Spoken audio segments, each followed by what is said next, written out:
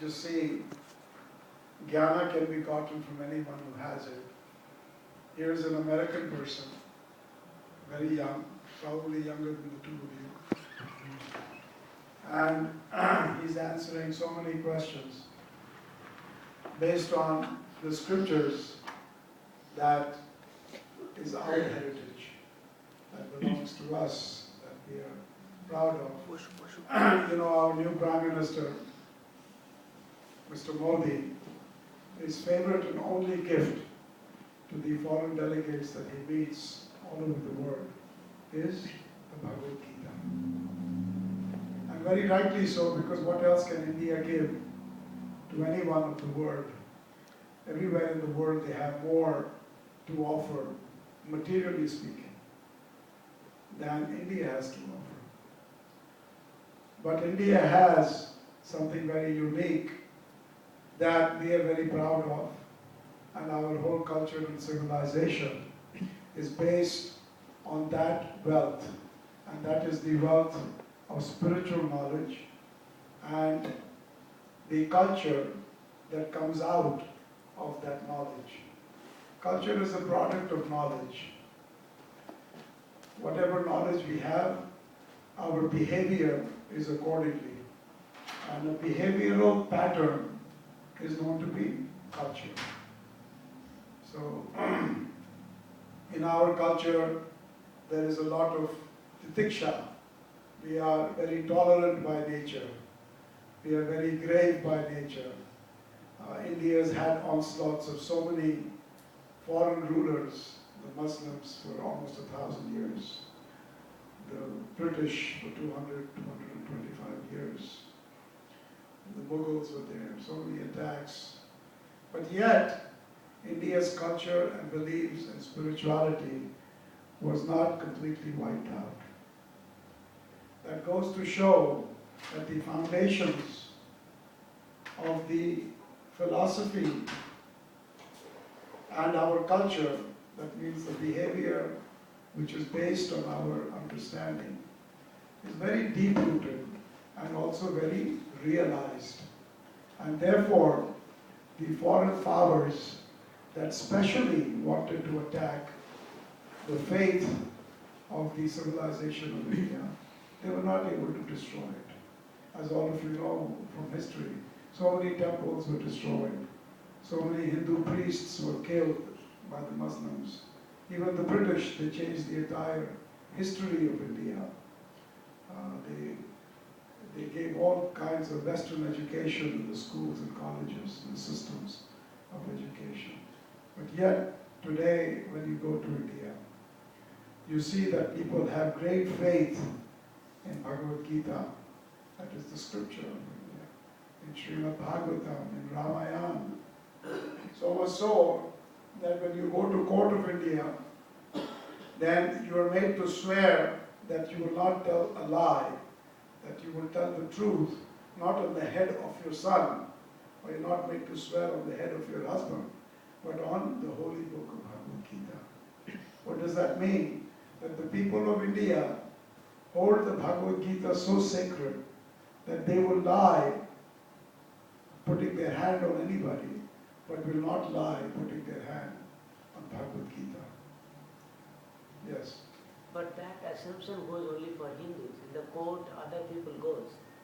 If they have no respect for Gita, they would lie anyway. Well, that's okay. What I'm talking about is the Hindu culture and philosophy and religion of India and its foundations. And the reason why the foundations are so deep in India is because there is some substance to that philosophy, to that understanding.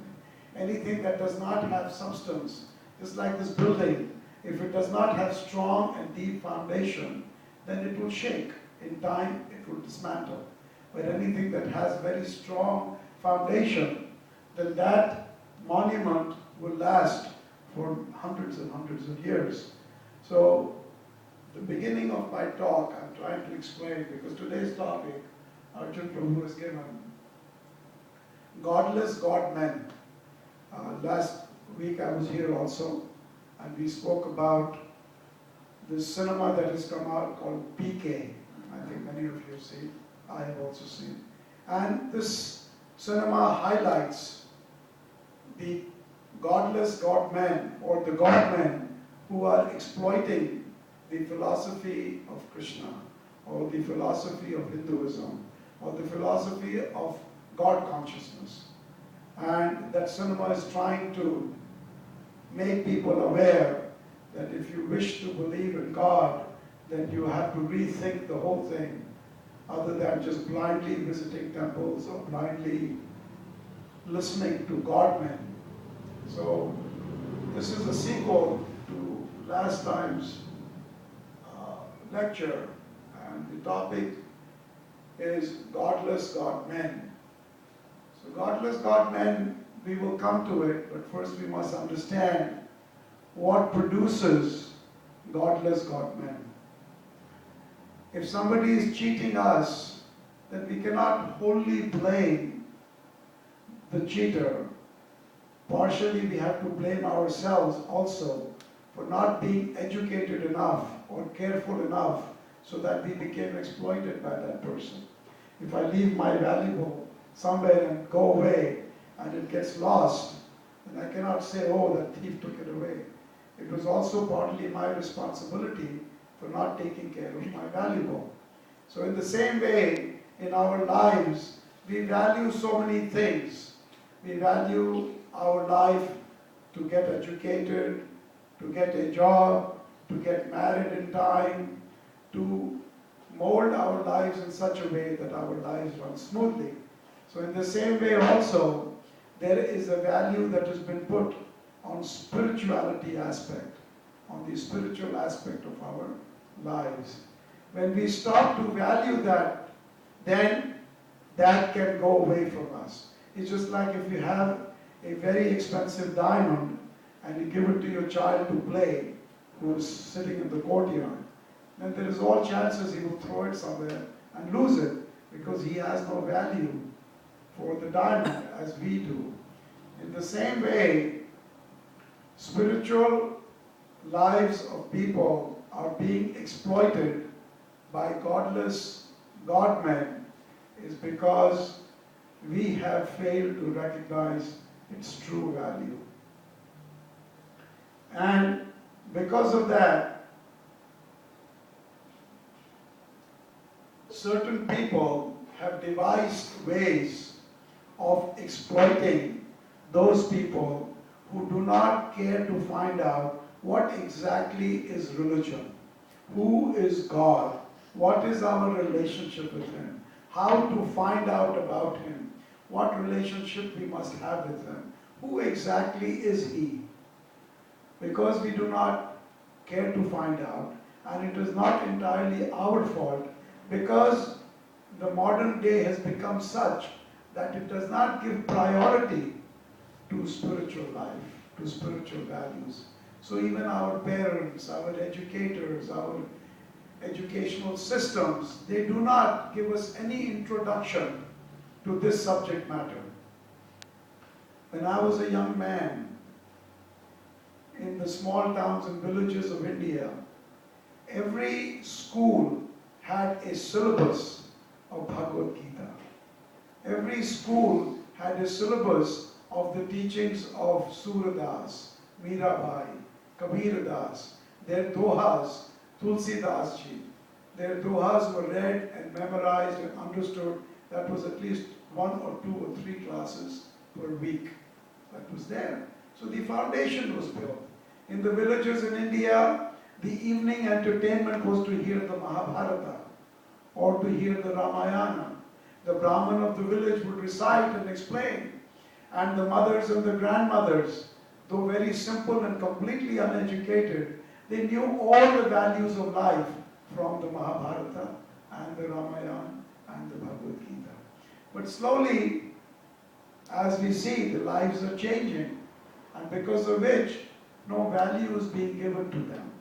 So when we see our elders from the previous era or from the previous generation performing worship, we think it's some ritual they are doing. Because For one, we don't care to ask them questions, and if we do, they may not have the capacity to explain and satisfy the modern mind. The modern mind needs more than, I'm doing it, you simply follow it.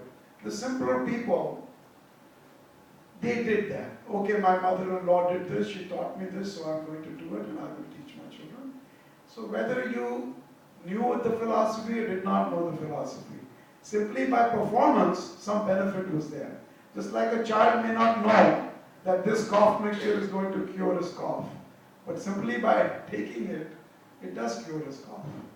So religious systems, they have both effects. One is to do it in knowledge, and the other lesser effect is that not to have knowledge, but yet if you do it, then there is benefit. Like for instance, our scriptures, they explain that anyone who chants the Hare Krishna Maha Mantra, it's called Maha Mantra. It is the greatest mantra in the entire set of Shastras, Vedas. So this is so pure, it is nothing but simply names of Krishna and Radha. But by chanting it, by singing it, by hearing it, by even ridiculing it, so many of your sins are killed, your sins are eradicated. So understanding this, even if those people who do not know, but by mistake they hear it, they sing it, they chant it, they are getting spiritual benefit.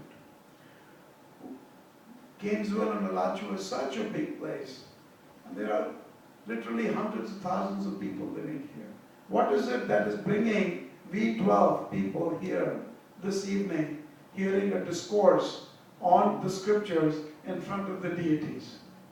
It is not a coincidence. It is not simply our choice.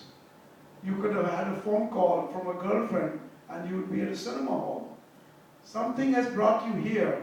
Our scriptures say that not everything is totally our independent choice. We are influenced. What makes you an Indian and you an American and you a boy and you a girl? Because there are pre-arrangements. This is what is called the law of karma. The kind of karma we perform, that determines what actions we will perform later on in life, what kind of bodies we will receive. Very easy to understand. How much money you have in your pocket depends on what kind of meal you're going to eat in the evening. So karma is also like that. It is a bank balance, good and bad karma. So coming back to the foundation of the philosophy of religion is very elaborately and intricately explained in the scriptures of India. And that is why they are so valuable. And that is why our Prime Minister, when he goes to any country, he takes a Bhagavad Gita for that Prime Minister or the President of that country to gift him, that this is the gift, the greatest gift I can give you as a representative of India.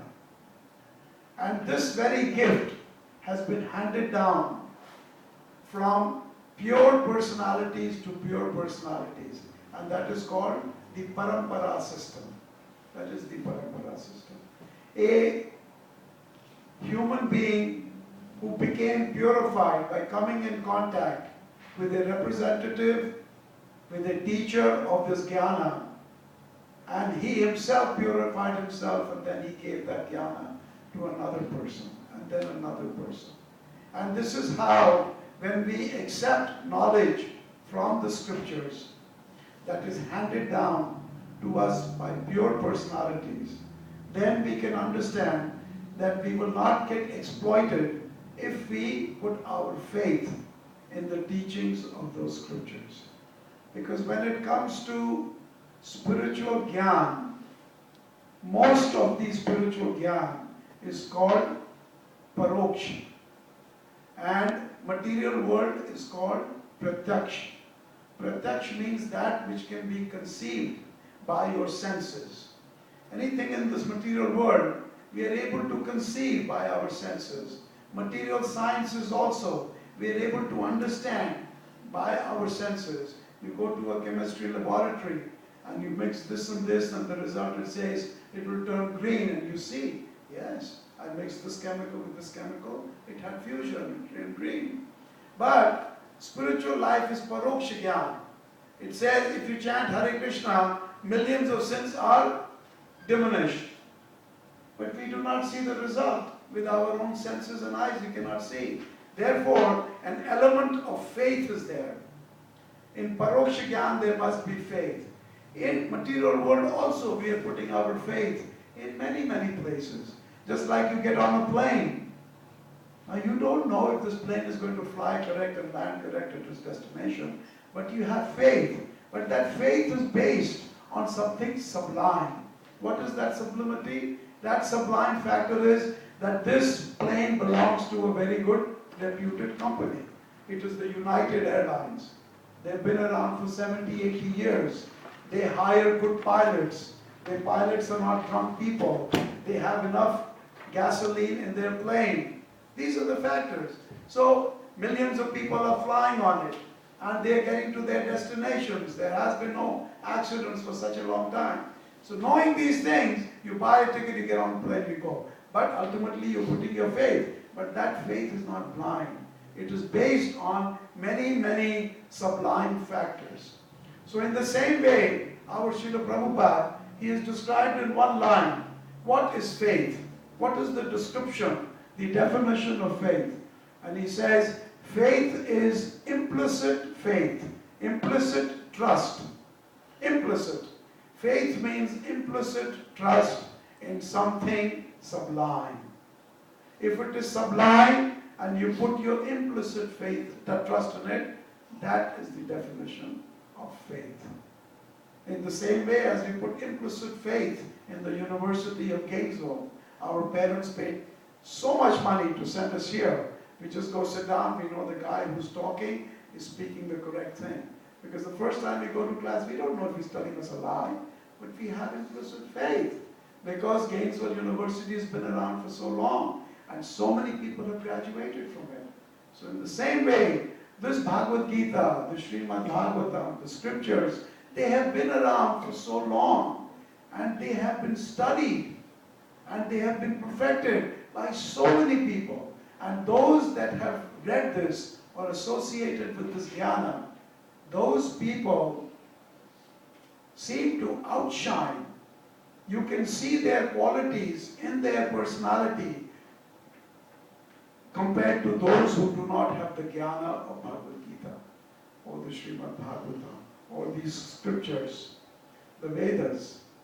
And that is the reason, that symptom tells us that yes, we can have implicit trust in this knowledge. So this is the way intellectually we have to understand that what is being taught in these scriptures is a very detailed and wonderful knowledge that has been practiced and has been learned by many, many wonderful saintly personalities. What to speak of millions of common people who have benefited from this also. And who are these saintly personalities? For instance, there are 4 sampradayas, lines of thought. And these 4 sampradayas are considered in India to be the bona fide sampradayas. And what are these? These are the sampradayas of Gaudiya Vaishnava, in which we come. And the foremost is Sri Chaitanya Mahaprabhu in this.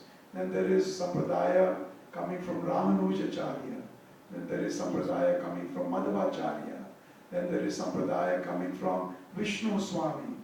So like this. So all the people, all the disciples coming from these great Mahapurushas, whatever they are teaching the absolute truth. There is no falsity in it. And if we go to the gurus or the teachers of those sampradayas, then spiritual knowledge can be achieved without being exploited or cheated. But if we randomly just go here and there, because some guy with a big beard has millions of disciples, and somebody said, if you go to him, he will give you a mantra by which you can get a very beautiful wife, or you will get a very good job, or you will get this, or you will get that. Then that is where you get cheated. Because religion, the purpose of religion is not to get material things. That is one of the shlokas in the beginning of the Srimad Bhagavatam. That is called Kaitava Dharma, cheating religion. Religion is meant for Athato Brahma Jigyasa. Athato means now that you have a human body, what should you do? Brahma Jigyasa. Jigyasa means to inquire. Brahma means the spiritual truth. So our lives associated with religion is to inquire about what is the truth, the spiritual truth about our existence.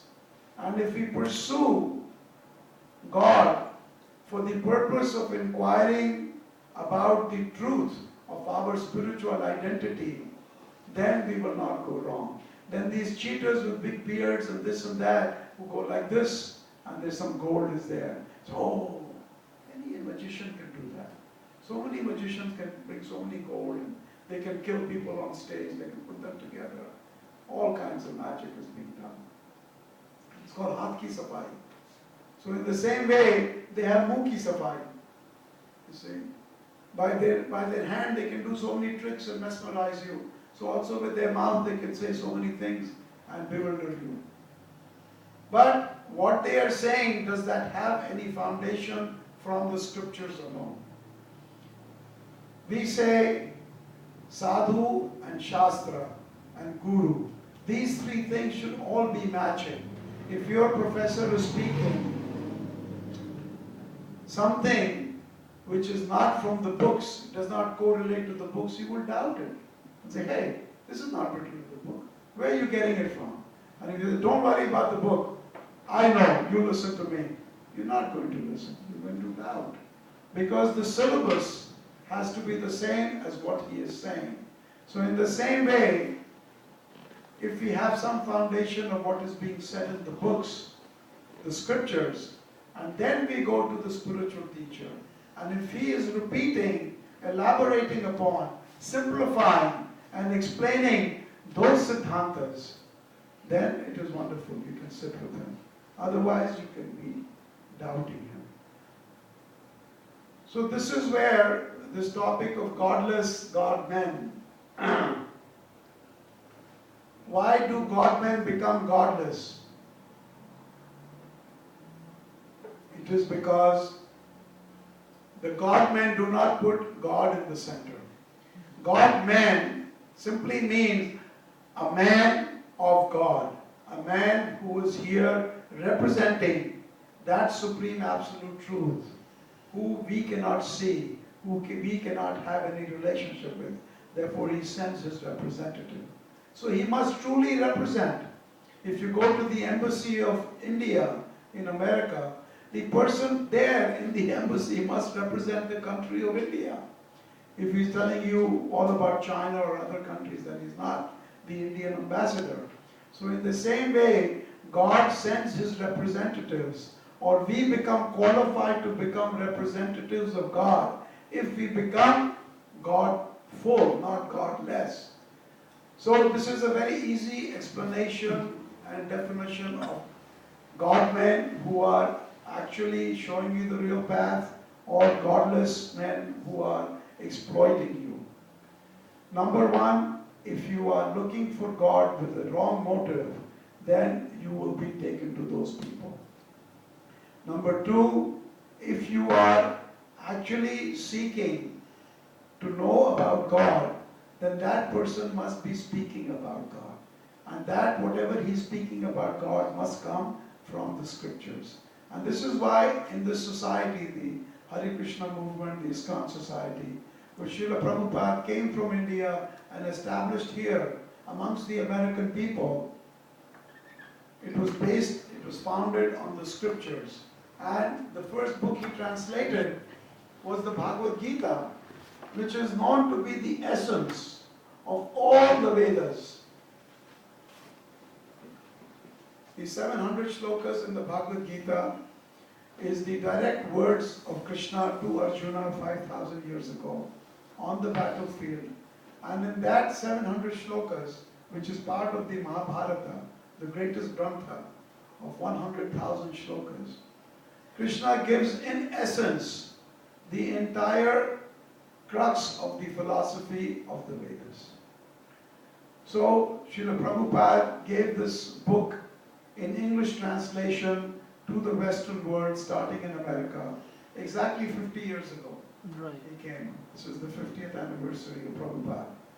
He coming to America.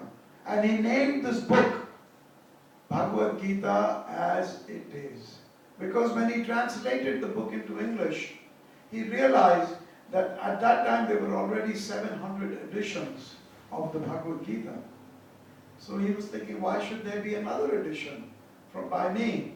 But when he went through some of those editions of the Bhagavad Gita, he saw that the writer, the author, the translator had actually put his own ideas into that book.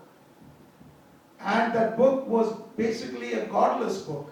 It was not bringing out the subject matters that Krishna was trying to speak to Arjuna. What Krishna is saying to Arjuna is plain and simple facts. And it should be given and explained exactly like that. But to say, no, like if you ask me, can I have a glass of water please? And I'm thinking, but milk is better than water. It tastes better, it looks better, it does. It's even good for you, I'll give you a glass of milk. No, but you are thirsty for water. You asked for water. Milk may be more expensive and better liquid than water, but at that time water is what was asked for. So in the same way, Krishna is saying, this, and this is the philosophy of life. And some author is saying, oh, Krishna means this and this and this. But that is wrong. You must convey Krishna's message in the Bhagavad Gita as it is, if you want the student to understand exactly what Krishna was trying to say to Arjuna. So, for people dressed in the garb of saintly people and speaking any nonsense and misdirecting people to become the center of attraction themselves because they want followers, they want disciples, they want to exploit the public, they want money from them, therefore they do these things. And the public becomes exploited because we have no knowledge. We give ourselves no opportunity to educate ourselves in the science of self-realization. We don't. And therefore we very easily become exploited. I will tell you a small story from the Shastras that Krishna 5,000 years ago saw exactly the topic that we are discussing today.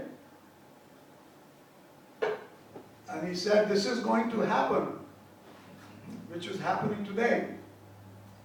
When the war of Mahabharata after 18 days finished, then Yudhishthira was the king, the eldest brother. And he was a very pious soul, very soft-hearted. So he saw that there were millions and millions of soldiers that had been killed in the war. And after the war, their wives and mothers and sisters and children, they were all there in front of the bodies, the dead bodies, crying and howling. Obviously because their husband had died, or their brother had died, or their son was killed. So they were crying, pitifully crying. And you can imagine the scene in that battlefield of Kurukshetra, where millions and millions of mothers and sisters and wives are howling away over the dead bodies of the soldiers. So when Yudhishthira Maharaj saw this, he thought to himself, and as a very pious person, he put the blame on himself. He said, to become king, this war was fought. And what was the result of that? That just so that I could enjoy the kingdom and be a king, so many millions of people were killed, and their wives and women and children are now suffering. So in lamentation, Krishna was there, and he told Krishna, he said, you were the one who excited this war, and you did this to make me king, and I thank you very much, but I don't want to be king. Not over this scene what I am seeing. I do not want to enjoy being king. I would rather go to the forest and do tapasya and do atonement. So then the other four brothers, who were great followers of the elder brother, Yudhishthira, they said, yes, Yudhishthira is correct. This war shouldn't have happened. We would rather be beggars than be responsible for the deaths of so many people. And Krishna smiled. He said, listen, Yudhishthira, and you Pandavas. There is a purpose to why I had this war. I tried my level best that this war should not happen. And I spoke to the Kauravas to give you 5 villages in return for your entire share of kingdom, but they were not willing to do. You know why they had become so selfish? Because there is a yuga that is coming just after when I leave this planet. In a few years, a yuga will come which is called Kali Yuga. And in Kali Yuga, people will have terrible qualities, symptoms of which you saw in the Kauravas. And when they have such bad qualities, there is no question of them living a life of dharma, living a life of piety, living a life of spirituality. And what will be the result of societies that do not live pious and spiritual lives? They will all go and suffer in hell. And therefore, I did this war so that pious kings such as yourselves would take over and would be able to lead your people into spiritual lives. Because people would not know how to become spiritual unless their leader is strong spiritually. So he said, what is this you're talking about? The Pandavas said, what is Kali Yuga? We don't know Kali Yuga. What kind of, everyone is pious around us. He said, no. You don't understand. All 5 of you go in 5 different directions. And when you see a sight that is so strange and you're not able to explain it, you come back to me and I will tell you that that sight, what you saw, is a symptom of Kali Yuga. So they said, okay, we will listen to you. They went in 5 different directions for a long time. And Yudhishthira Maharaj, the eldest brother, was the first one to return back. He was very surprised and he said, Krishna, I saw a very strange sight and I have no explanation to it. He said, what did you see, Yudhishthira? He said, I saw there was an elephant and that elephant had 2 trunks. I have never heard of or seen an elephant with 2 trunks. Tusks they have 2, but trunks I've never seen. So Krishna laughed. He said, Yudhishthira, that is a symptom of Kali Yuga. In Kali Yuga, just like that elephant, there will be people with 2 faces. Everyone will have 2 faces. They will say something and they will do something else. And that will be considered very normal in Kali Yuga. So Yudhishthira Maharaj was very surprised. Because in his Yuga, people were Satyavadi. What they said, they did. They did not lie like this. But in Kali Yuga, he said everybody would be a liar, 2-faced. And you can see, this is one of the characteristics of people of this modern age. And then straight after that came Bhima, the second brother. And he said, I saw something very strange. What did you see? He said, I saw a very big pond. But that pond was completely dry.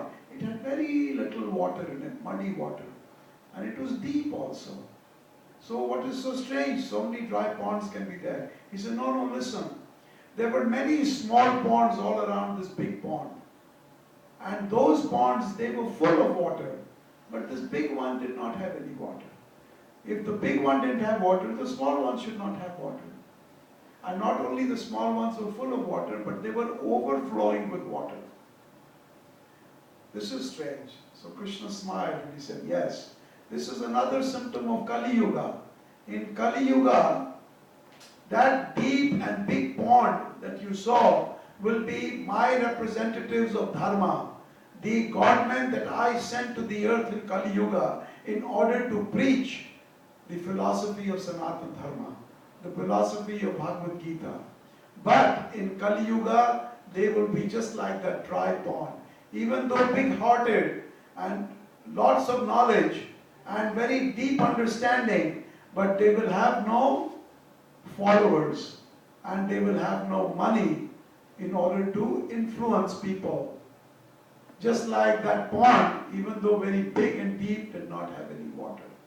And at the same time, there will be many rascals who would dress up as devotees, dress up as Godmen, and all the followers they will get, and all the money they will have, just like that water was overflowing. So they will be overflowing with dhana and jana, with followers and with wealth. So you can see, Krishna predicted this 5,000 years ago in the Mahabharata. And this is happening today.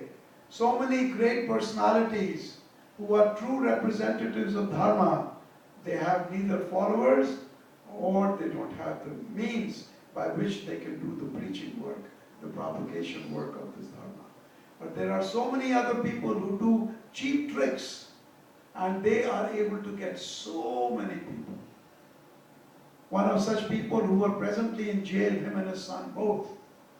I was with him 2 years ago in Delhi, in Ramlila grounds. There were 80 to 90,000 people. There were at least 100 televisions. He had a big stage.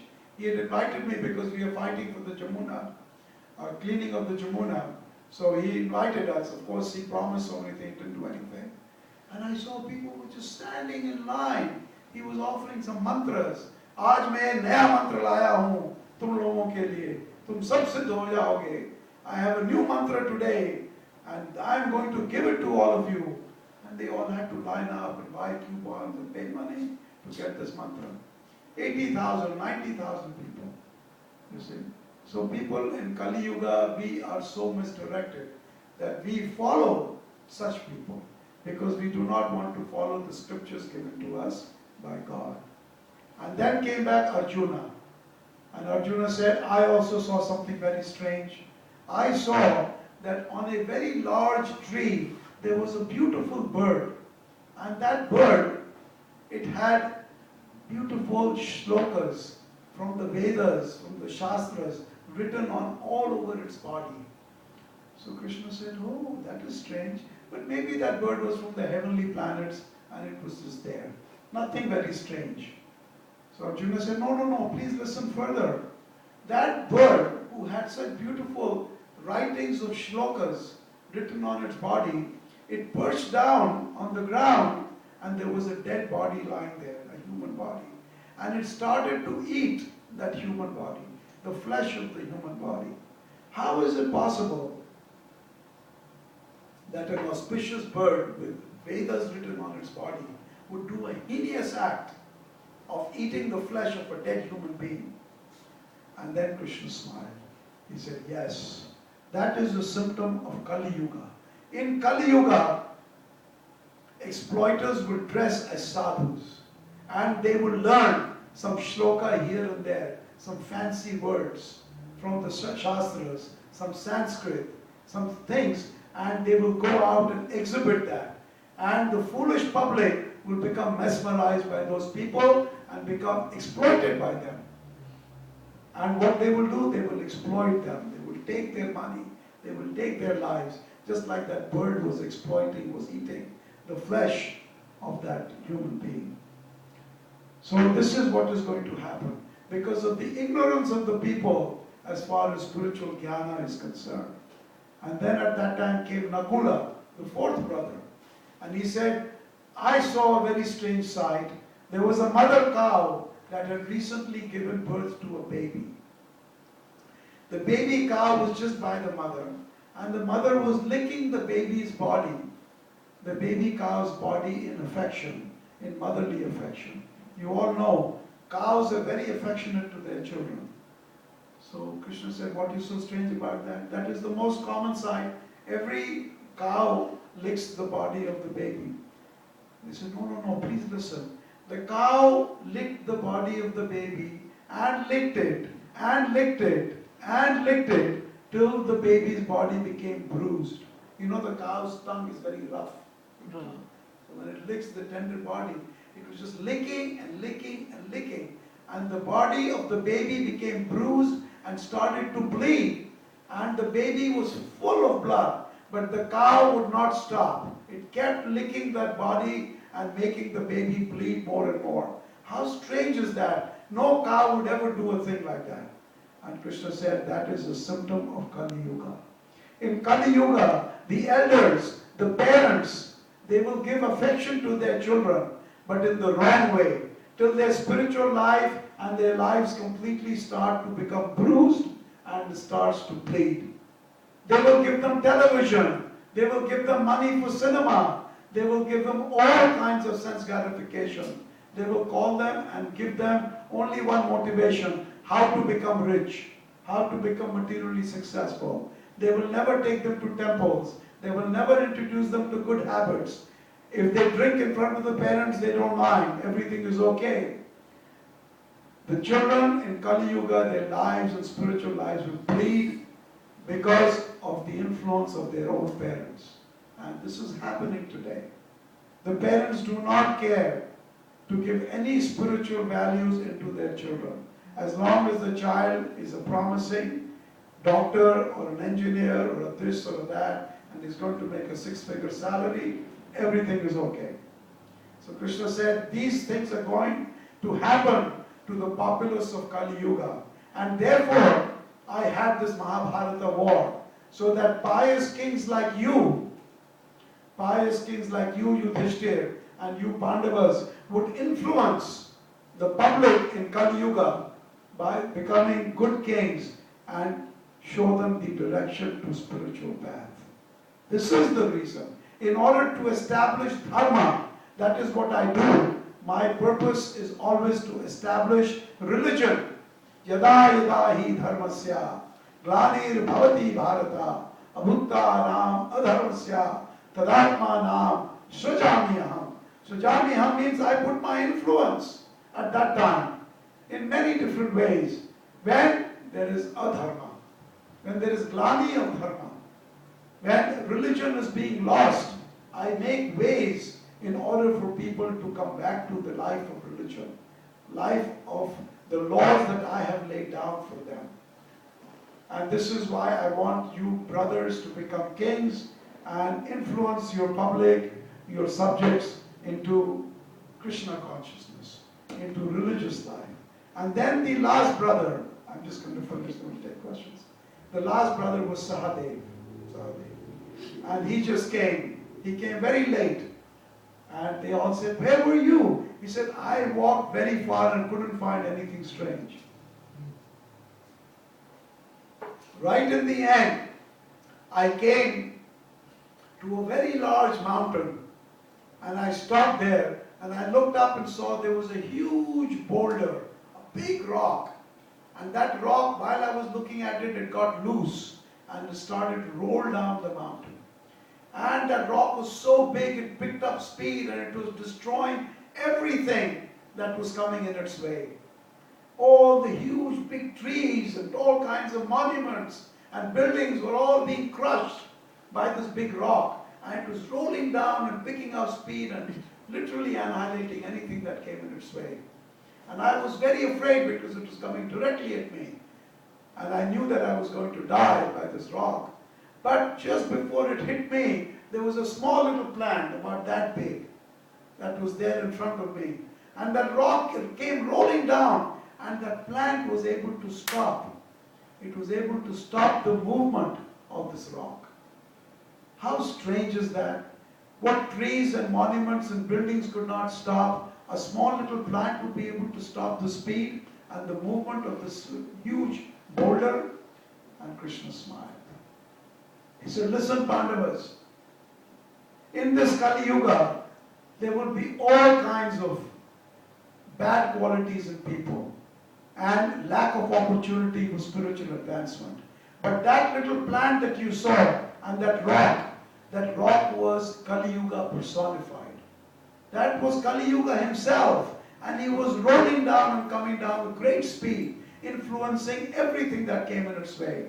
And all those trees and monuments you saw were all different thoughts and philosophies that are prevalent in Kali Yuga. But nothing would be able to stop the advent or the movement of Kali. But this little plant that you saw, that plant was nothing but Hari Nam, Bhagavan Nam, Hare Krishna Mahamantra. That was the representative.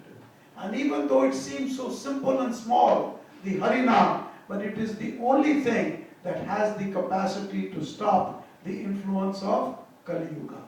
And therefore, by taking shelter of that Hari Nam, one can very easily cross over this material ocean in Kali Yuga. So for you people, as kings, I want you to spread this wonderful holy name of the Lord to the people in Kali Yuga. Simply by chanting the Hare Krishna Mahamantra, one can get the benefit of doing great yagyas and great pujas in the present yuga of Dwapar and Treta. So I have established you five as the kings, because in Kali Yuga you can establish dharma by spreading the Hare Krishna Mahamantra. This is the absolute essence of our scriptures. Our Sri Chaitanya Mahaprabhu, he is no other than Krishna himself. He is explained many, many places in the scriptures. He came in Kali Yuga 500 years ago dressed as his own devotee. Sango, Pango, Parshadam. He came for what purpose? For spreading the Hare Krishna Mahamantra. It is called the Sankirtan Yagya. He spread the Sankirtan Yagya all over the world.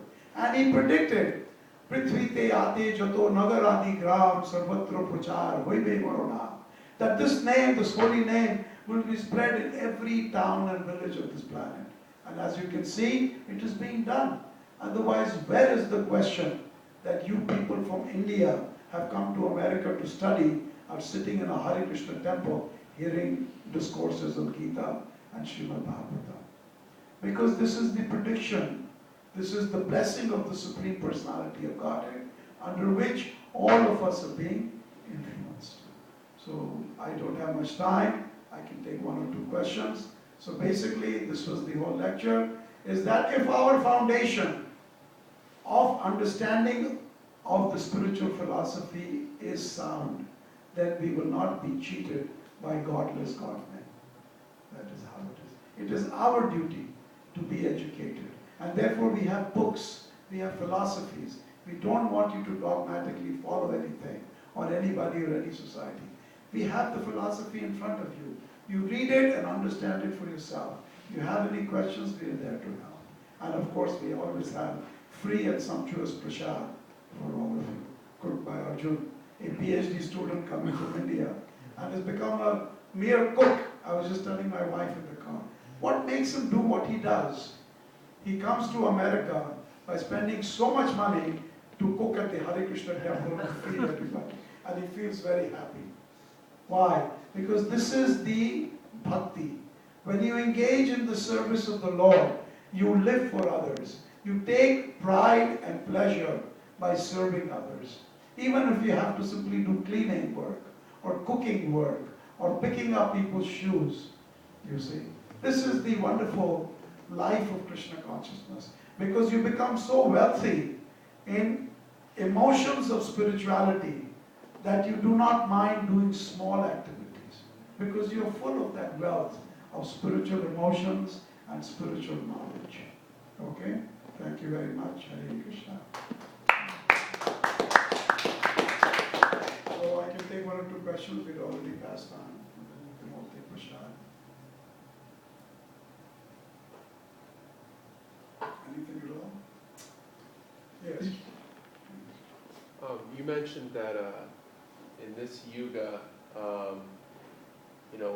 it's full of liars and that there's not much truth. But I don't remember where I heard this. I can't remember what the source was, but that supposedly the only redeeming feature of this yuga or whatever good quality is left is the truth. Truthfulness, yes. So dharma has 4 legs, and of the 4 legs, one is tolerance, the other one is